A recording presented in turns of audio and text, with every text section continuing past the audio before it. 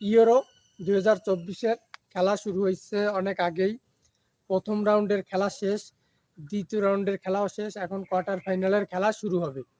এবং এ যাবৎ যত খেলা দেখছি সব থেকে দুইটা দলের খেলা আমার সব থেকে ভালো লাগছে। এবং এই দুইটা দল এবারের ইউরো 2024-এর সব থেকে সেরা দুই দল। এক হচ্ছে জার্মানি, দুই হচ্ছে স্পেন। এই দুই দলই এবার টপের, এই দুই দলই এবার বরাবর ভালো খেলতেছে এবং অন্য দলকে এরাই ঘুরাই দিচ্ছে।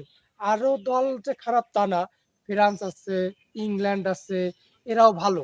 কিন্তু কেউ যদি মানে কাপ নেওয়ার জন্য খেলে, কেউ যদি খুবই ভালো খেলে, সেই দুটি দেশই হচ্ছে জার্মানি আর স্পেন। এখন কি বিধির বিধান এই দুই দলেরই খেলা যাচ্ছে। যদি এই দুই দল অন্যান্য জায়গা থাকতো তাহলে এই দুই দলের সরাসরি ফাইনালে যে খেলা হতো, দুই সেরা দল ফাইনালে যেতে পারতো। কিন্তু দুর্ভাগ্যক্রমে এখন একটা দল বাদ যাবে। দুইটা দলই টপে আছে, দুইটা দলই খুব ভালো খেলছে, কিন্তু দুই দলের একটা সেরা দল যে কোনো সময় বাদ হয়ে যাবে। এইরকম একটা সমীকরণ দাঁড়াইছে। এখন জার্মানি জিতবে না স্পেন জিতবে?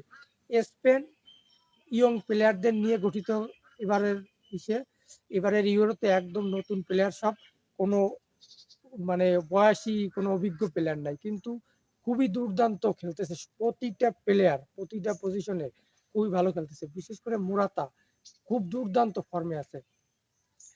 ওদিকে যদি জার্মানির কথা চিন্তা করেন, জার্মানিতে ভাই অভিজ্ঞ প্লেয়ারের সরাসরি গোলকিপারে ম্যানুয়েল নোয়ার, তারপরে মুচিওলা আছে এদিক, মানে জার্মানির দিকে তাকালে মনে হয় যে ওরা চ্যাম্পিয়ন হইতেই আইছে।